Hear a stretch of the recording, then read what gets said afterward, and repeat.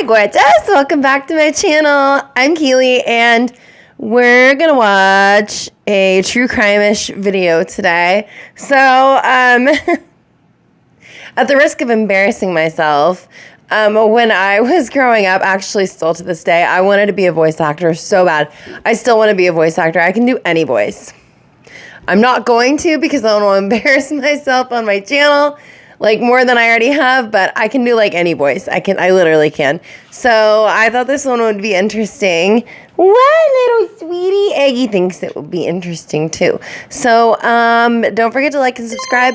And since I'm really tired and needing to go to dialysis tomorrow in the morning, I'm just going to go ahead and start the video. Let's go.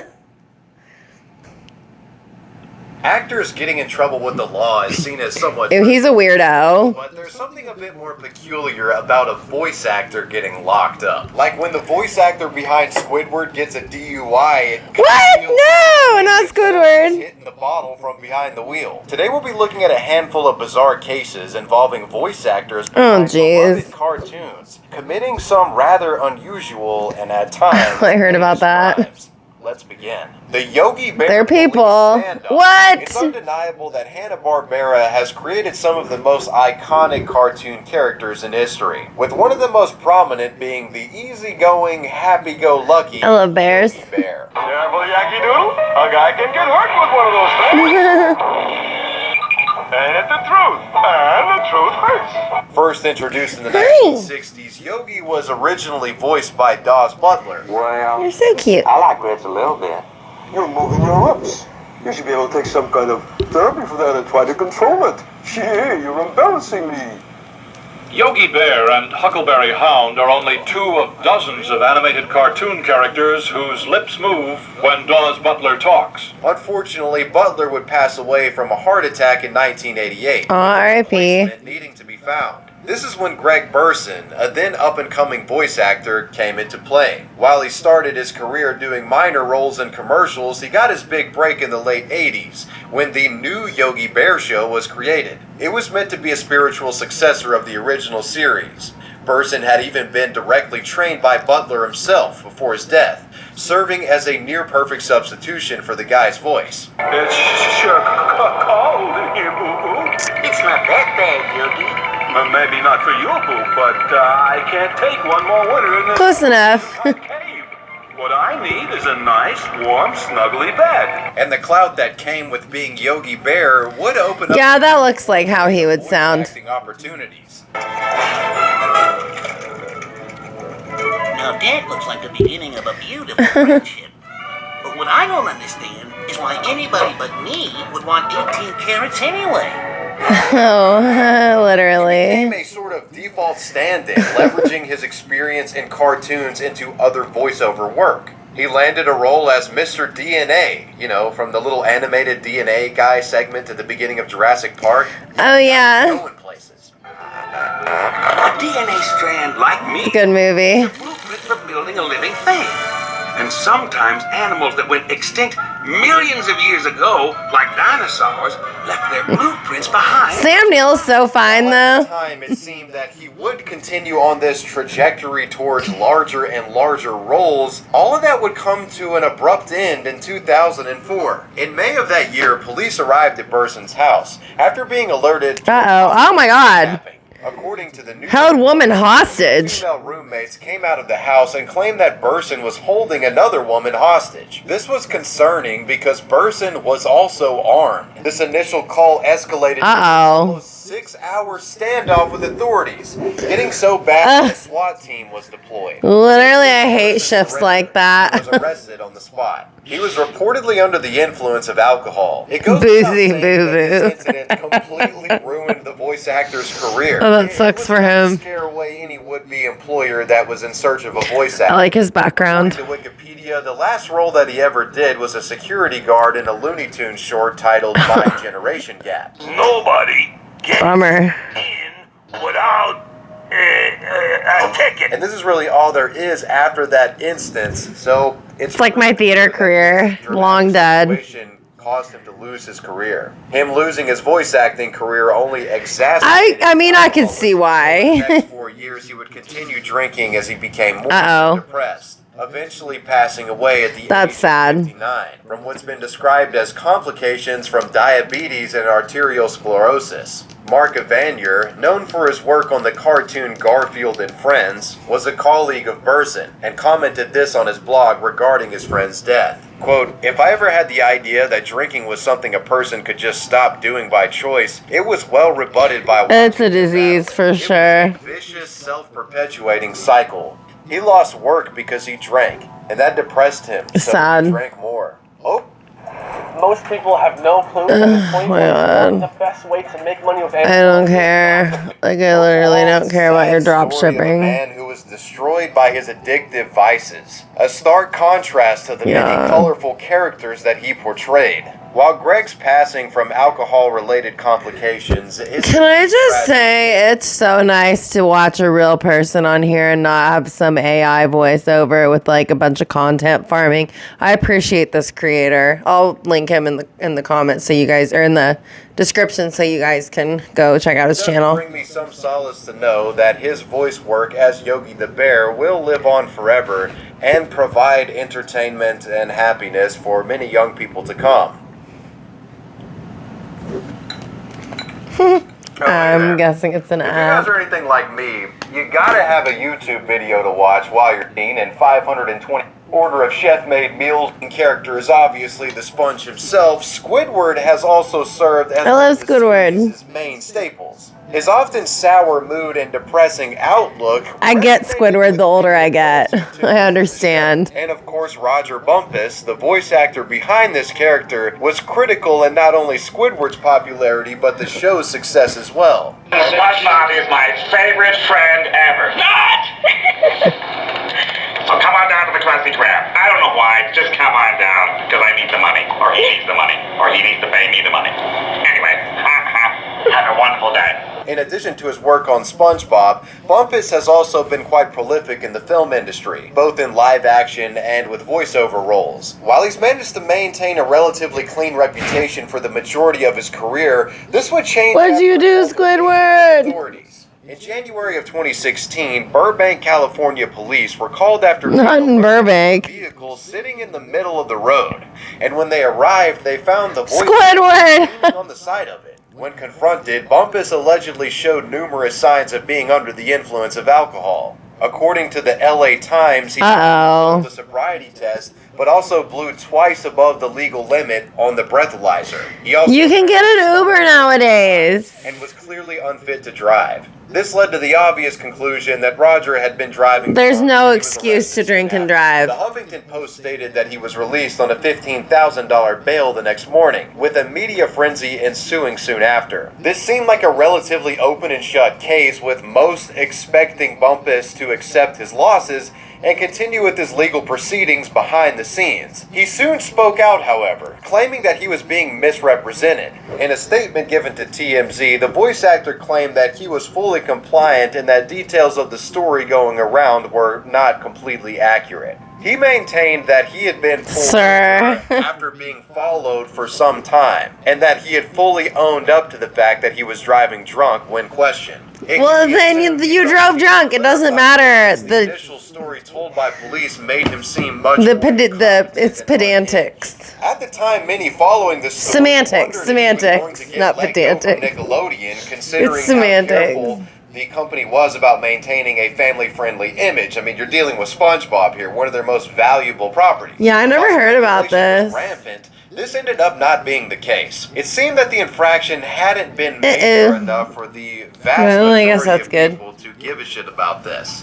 It is fucked up to drive drunk, but the greater public deemed this as a lapse in Yeah, it's judgment pretty and let bad. him off the hook. And my final thought on this story, if there was a character in SpongeBob Yeah. to get pulled It would over be for driving Squidward. drunk, for some reason, I feel like it Squidward or would be Plankton. Mr. Krabs is a close second. Oh, no, Mr. But Krabs Gruff for the sure. Crime Dog does the unthinkable.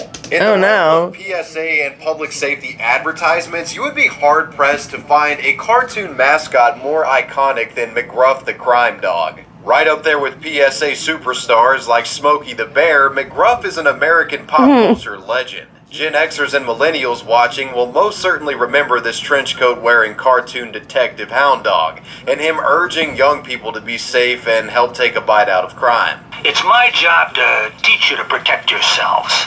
Make it your job to learn. Lock your doors. That's an easy way to, take a bite out of crime. An ad agency executive named Jack Keely. Wow, what have I done? I meant to speed it up a little bit. McGruff in collaboration with the Ad Council, a nonprofit organization notable for many classic. Sorry guys, I had to speed it up a little. My sleep meds are kicking in. This crime-fighting canine became an instant hit with young people and would soon become the official mascot of the National Crime Prevention Council. Many short cartoons were made featuring McGruff throughout the 1980s and early 90s, almost all of which have now become iconic pieces of pop culture history. Learn how to keep your family and your community safe and help take a bite out of crime. So with McGruff's history explained, we move forward to a more bizarre piece of trivia surrounding this crime-fighting dog. While McGruff is mostly known for his Jack Keel voice cartoon appearances, McGruff is also portrayed in real life by various costumed actors contracted by the government. You never know who's in. Wait, contracted by the government? Of McGruff in the early 1990s, John Morales was a seemingly upstanding citizen who decided to take up the McGruff mantle after being commissioned to do so back in the 1990s. Yeah, he looked really upstanding. Texas. The man would make numerous appearances as McGruff and was beloved by the local community, seemingly dedicated to reducing crime rates, keeping drugs out of the area, and helping children stay on the right path. I feel like Morales this was is seen as a role gonna model be to something many around the weird. state of Texas. However, in one of the most ironically baffling twists imaginable, the man behind McGruff would be exposed to be exactly what he claimed to fight, a criminal, and a pretty serious one at that. It all started in 2011 after John was flagged down What'd by he a do? officer after he was caught speeding down a highway in Galveston, Texas. What was supposed to have been a routine traffic stop soon escalated after a trained canine Doggy, there's a Belgian Malinois. the officer. Yep, I love that dog. dog. His own kind. Can you believe it? After He searching his car, snitched Morales on was found the to be in possession of police marijuana dog. seeds. Illegal, sure, but nothing too crazy, right? It gets Weed worse. seeds. In addition to finding marijuana seeds, they also discovered an incredibly detailed blueprint for what appeared to be a farm, stashed away near the seat of his car. I'm sure he was just. Did he have a grow? Obviously, these plans and the large stash of pot seeds. He had a grow. This guy was up to something. Following up on their suspicion, authorities soon raided the man's home, and what they found was shocking to say the least. According to a CBS News report, police discovered 9,000 rounds of ammunition, a grenade launcher, and 1,000 individual Dope! marijuana plants inside of the McGruff actor's house. Dope, but Everything McGruff the crime hound You can't have a firearm and weed. Unfortunately, that's not something that they allow. So I just choose guns. Because I like my guns too much. And, you know, I work in law enforcement, so I can't do anything fun. Apparently it didn't stop this guy. Managing a weed growing operation that would make even Well, yeah, that's why he had a bunch of guns, because he had a grow. So-called crime-fighting had been gearing up to become a full-on drug kingpin with weapon stockpiles and everything. Though thanks to the police that initially sniffed out this phony friend of the Good boy. He's a good dog. Was sent to a cell. In You're so 2014, cute. John Morales was sentenced to serve 16 years in prison for Prison. for mercy from the court. It's where I work. During proceedings, the judge disagreed, stating, quote, "Everything I read about you makes you seem like a scary person." The disgraced crime dog's defense attorney protested by claiming John was simply trying to support his family through his expansive grow operation. Though characterized the guy as a deranged criminal with potentially violent aspirations considering his guns and ammo stockpile. And so the McGruff the crime dog actor was convicted to serve time in prison. Many online commentators at the time had a field day with this story, making numerous jokes at the guy's expense while pointing out the irony here. So it looks like McGruff missed out on catching a criminal that was right under his nose the whole time. If there's one thing I know about McGruff the crime dog, it's that he's against crime and drugs. Let me tell you what happened to him. Reservoir dog. Your favorite childhood Christmas What the heck? 12 grams protein and Recently, sentenced last week to 16 years in prison for multiple. Woo! That's crazy. Based on the time frame of his charges and the fact that no updates have surfaced about him, it can be assumed that John Morales is continuing to serve his sentence to this very day. Yep, he's still locked up. His work informing teenagers about the dangers of crime. Recently, McGruff has returned to help keep the kids off fentanyl. Did you know that fake prescription pills make Get him off the dirty 30s. Pocahontas voice actor goes to jail. Uh-oh. Remains one of Disney's cult classic animated films, right up there with the best. Can you paint with all the colors of the wind? It's still an achievement nonetheless. Da-na-na-na-na-na-na. The bringing to life Earth of until Irene Better. you can paint with all In Pocahontas, colors friends, and people ask me that all the time. the wind. Her and Better feathers. And I actually did have a little raccoon who used to come to my back porch, and I swear would eat little, things like How cute is she, though? Should have had a little hat and a vest or something. But yeah, I grew up in Alaska, and I love the wilderness, and I love animals, and so, yeah. While this film would be her main claim to fame, she would appear in a variety of other works over the span of her career. Unfortunately, behind closed doors, Irene struggled with severe emotional problems, which eventually leaked out into the public eye in embarrassing That's sad. The troubles began in November of 2020 in Beaver Creek, Ohio, when the actress was arrested. Not Ohio. Took place over the course of a single week. Oh, I know. Dispute between her and her family. As the story goes, she showed up at her ex-husband Denny Wilson's house and began screaming, allegedly hitting their 17-year-old son. This is the police, though nobody could have predicted just how precarious the situation would become. When they came to investigate, they were met with an incredibly unstable woman who was clearly under the influence of alcohol. This, combined with her emotional distress, sent her into a frenzy. Police footage of the encounter was later obtained by TMZ. Oh, not the body cam footage. Mocking them for being white, which I have to say is very much on brand to the anti-colonial themes of the original Pocahontas movie. Yeah.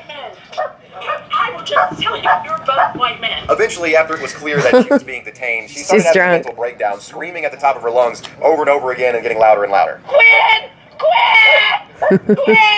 I've had shifts like that. To the point where she had to be forcibly dragged out of the home. According to news outlet Page 6, authorities allege that during transportation she had cracked the Girl, that's embarrassing. multiple times. Her son, despite being the victim, did not press charges against her. When asked what his reasoning for this was, he stated, "Irene is a nice person when she's not drinking." As stated before, this would not be the end of her troubles. Only days later, she was confronted by authorities yet again. Oh, I know how that is. Meltdown in a hotel lobby. I'm the voice of Pocahontas. I believe you. Where are you gonna go? See, here's the problem. Now you're gonna go to jail. Staying away from you. No, you're gonna go to jail. So where are you gonna go? You're gonna go to jail. And I'm 52 years. You're old enough to know that it's like where I live. That's sad. She's having some issues. This amount from you. I don't know what that is. Is she in a hotel? Whoa! Whoa! She like charged the cop. And taken into custody for disorderly conduct. She would later be released without bail. She like full on charged him. Theorizing that her erratic behavior had been Girl. Now, if you thought this was the end of things, you'd be mistaken. Oh, God. In 2022, she was involved in yet another incident. This time, authorities were contacted to investigate a woman who was seemingly passed out on the side of the road. This turned out to be none other than Irene. That's sad. I hope she gets help. The Pocahontas voice actor was once again arrested for disorderly conduct. In the time since these controversies, she has picked up a few minor roles, though it's unlikely she's ever going to be touching anything Disney-related again. Simba's voice actor kills two people. Oh, my God. Broderick is an actor. Oh, yeah. Matthew Broderick. Which has since become a cult classic. Random fact, James Earl Jones, who plays Scar, Darth Vader, I'm related to his mom. We have the same last name. We're related through my grandpa. So I'm related to the guy who does Scar's voice. I love Matthew Broderick, though. I love him in The Producers. Bialystok and Bloom. I want to be a producer with the hit show on Broadway. I want to be a producer. Lunch at parties every day. I want to be a producer. Sport a top hat and a cane. I want to be a producer and drive the chorus girls insane. And family-friendly live-action stuff, you would expect him to have a relatively spotless reputation. However, there is one particular... He was in Mousetrap, too. ...occurred early on in his career, with his actions resulting in the tragic deaths of two innocent people. Yeah, it's sad. In September of 1987, Broderick and his girlfriend Jennifer Grey were driving along a highway in Northern Ireland while on vacation. According to a New York Times article, the young actor was driving on the wrong side of the road, and this resulted in a... Yeah, it can get very confusing. A 63-year-old woman named Margaret Doherty and her 28-year-old daughter, Ann Gallagher. The incident also left Broderick and his... That's really sad. That's also why I will not drive when I go to Ireland. My dad was always the driver. I get too confused and I don't want to hurt anybody. Hospitalized with severe injuries. Because my family lives in far western Ireland. He was arrested and charged with the death of Anne, later being released on a $4,000 bond. Sad. His fate seemed uncertain. However, despite the severity of the charges, Broderick would seemingly get off the hook with nothing more than a slap on the wrist. Oh, that's crazy. With a small fine of $175. What? The ordeal was widely debated, and many were shocked and appalled at the ruling. That's crazy. Confused as to why a harsher sentence wasn't given. After all, it was his alleged negligence that resulted in the death of two people. While this may seem like a career career-ending fiasco, that was far from the case. Yeah. In fact, Broderick would experience a lucrative career spanning decades following this ordeal, appearing on talk show interviews and starring in numerous movies as if the incident had never happened. However, this doesn't mean it didn't affect him. A 2002 piece from the New York Post details how he felt an immense amount of guilt. Yeah, I heard he was really guilty. Like, he felt horrible about it. But in time I felt better about that terrible experience. Therapy helped. The article also mentions that a man named Martin, who was a living relative of the two deceased women, eventually forgave Broderick and acknowledged that it had been a mistake, no matter how negligent. This combined with it is really the producers. led to the incident slowly fading in relevance over time. The controversy would be reignited in It is hard to drive on the other side of the road over there. agreed to be in an advertisement for Honda. While the commercial itself is innocuous, the connection was still there, with many commenters online taking notice. One comment underneath the re-upload of the advertisement states, "This is like O.J. Simpson starring in a commercial for stiletto knives." Which I gotta give it to this commenter. You were on point. The Martin individual mentioned earlier also joined this conversation that was going on, claiming Broderick was probably not the best choice for the ad. The Honda commercial would eventually be a producer and drive those chorus girls insane. But yes, for those of you unaware, the voice actor for Simba was inadvertently responsible. I wanna be a producer. It's become an annual tradition to watch the animated 1960s holiday Cause specials. it's everything. I'm not American pop culture. Charlie's apathetic attitude, unhappy. clashing with the joyous holidays in these movies, have provided introspection and comic relief for multiple generations. Charlie Brown. Something of a troubled demeanor, and sadly the same could be said about the person who voiced him. The most popular iteration of Charlie Brown was voiced by child voice actor Peter Robbins, who unfortunately would not be able to maintain his stardom after childhood. While he had some sporadic roles, it seemed that Peter had little interest in pursuing acting of any kind. As a result, most simply forgot about this guy's existence, assuming he had moved on to better things. Unbeknownst to the general public, Robbins would struggle for most of his life and would go on to commit disturbing crimes. Crimes related to stalking and harassment. All this stuff would come to light in 2013. That's crazy. I about had it. Work. Well, protein bars aren't very fun. As the story goes, Robbins had paid for breast enhancement surgery for his girlfriend, a woman named Shauna Kern. It's unclear exactly why, but for whatever reason, he was extremely unsatisfied with how the operation turned out, and he wanted to recoup his finances from the doctor who performed it. After being refused, Robbins flew off the handle. He left messages to his girlfriend threatening to kill her, and allegedly threatened to kill the doctor responsible for the surgery as well. This escalated Over a boob job? Relax, sir. He hit her dog while threatening to kill her if he didn't get his Don't hit the dog! ending off by choking You her and running away. motherfucker. Death penalty. According to media outlet Today, Death penalty. he had been arrested in January of that year for attempting to dine and dash. He also stated he would kill the officer involved in his detainment. These two separate situations compounded, resulting in multiple warrants being issued. He is unhinged. Arrested after coming home from a trip out of the country, being charged with 5 different felonies, with one including stalking. He was held in jail with an absurdly high bail of $500. Oh, I've seen that video. He's crazy. The former Charlie Brown voice actor did eventually plead guilty and was sentenced to 5 years of probation, with him being forced to attend several rehabilitation. I have inmates like that. He would eventually make numerous probation violations that once again put him in the crosshairs of the law.